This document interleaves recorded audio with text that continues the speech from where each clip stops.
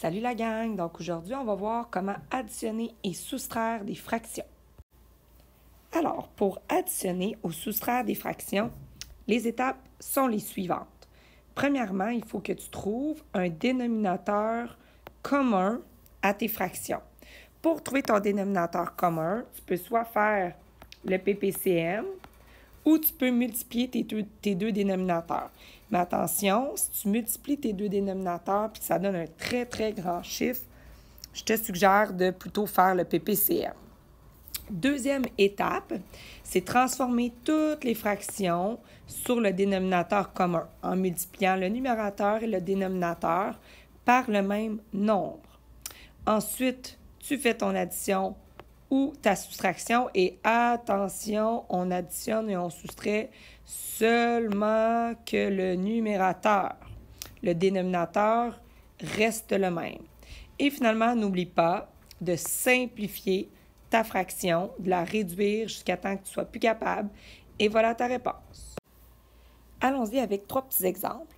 Donc, le premier, 2 tiers plus 5 sixièmes.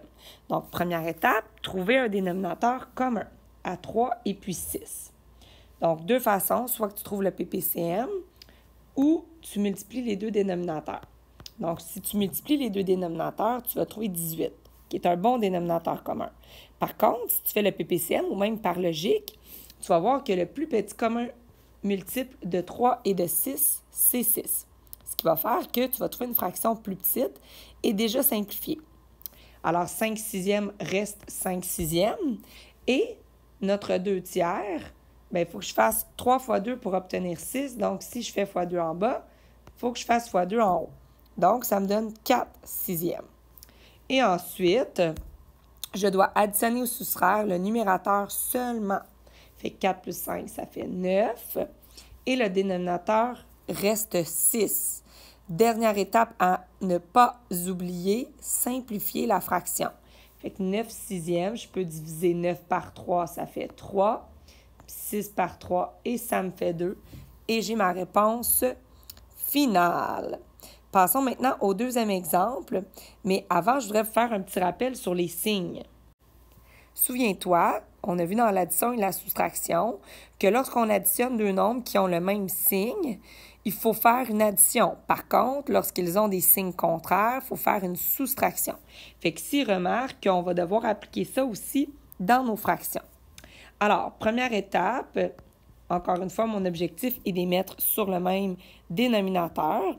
Ici, si tu fais 7 fois 4, ça donne 28. Et je crois effectivement que c'est le plus petit commun multiple. Donc, tu peux y aller de l'avant avec 28. Maintenant, il faut les transformer sur une fraction avec un dénominateur commun. 7 fois quoi donne 28? 7 fois 4. Donc, si je fais fois 4 en bas, je fais fois 4 en haut, ça me donne 8. Ensuite, 4 fois quoi donne 28? 4 fois 7. Si je fais fois 7 en bas, je dois faire fois 7 en haut. Donc, ça me donne 21. Et là, j'arrive à ce que je vous ai dit tantôt. Ici, mon 8, il est positif. Et mon 21, il est négatif à cause du moins qui est ici devant. Donc, c'est comme si j'avais 8 moins 21. Le 8, il est positif. Le 21, il est négatif. Donc, ils sont de signes contraires. Donc, lorsqu'ils sont de signes contraires, je dois les soustraire. Donc, 21 moins 8, ça me donne 13. Et puisque mon plus grand nombre, c'est 21 et qu'il est négatif, ma réponse, c'est moins 13. Et le moins 13, je le laisse sur 28 puisque mon dénominateur, il ne change pas. Et ça ne se simplifie pas. Donc, j'ai terminé pour cet exemple-là. Et finalement, le dernier exemple, j'ai une petite difficulté de plus puisque ici, j'ai un nombre fractionnaire. Donc, je ne sais pas si tu t'en souviens, il faut que tu multiplies le 2 avec le 5. Donc, 2 fois 5, 10. Puis ensuite, tu additionnes ton 10 plus 4, ça nous fait 14 sur 5. Et ensuite, je ramène le moins, plus 13 sur 10. Ensuite, je reviens à mon étape de trouver un dénominateur commun à cette opération-là. Donc, 5 et 10, tu peux les multiplier ensemble, ça fait 50.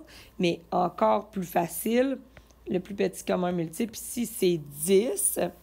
Donc, 13 dixièmes reste 13 dixièmes puisque mon dénominateur n'a pas changé. Par contre, ici, 5 fois quoi donne 10? 5 fois 2. Donc, je dois faire fois 2 en haut et ça me donne moins 28. Donc, encore une fois, ici, je me demande moins 28 plus 13. Est-ce que c'est de même signe ou de signe contraire? 28, il est négatif et le 13, il est positif. Donc, ils sont de signe contraire. Alors, je dois les soustraire, ce qui me donne 28 moins 13, 15. Et le plus grand nombre, c'est 28. Il est négatif, donc ça me donne moins 15 sur 10. Et après, je n'oublie pas de le simplifier. Dans ce cas-ci, je peux diviser le 15 et le 10 par 5. Donc, ça me fait moins 3 sur 2 et j'ai terminé. Alors, et voilà pour les notes de cours. Bonne journée!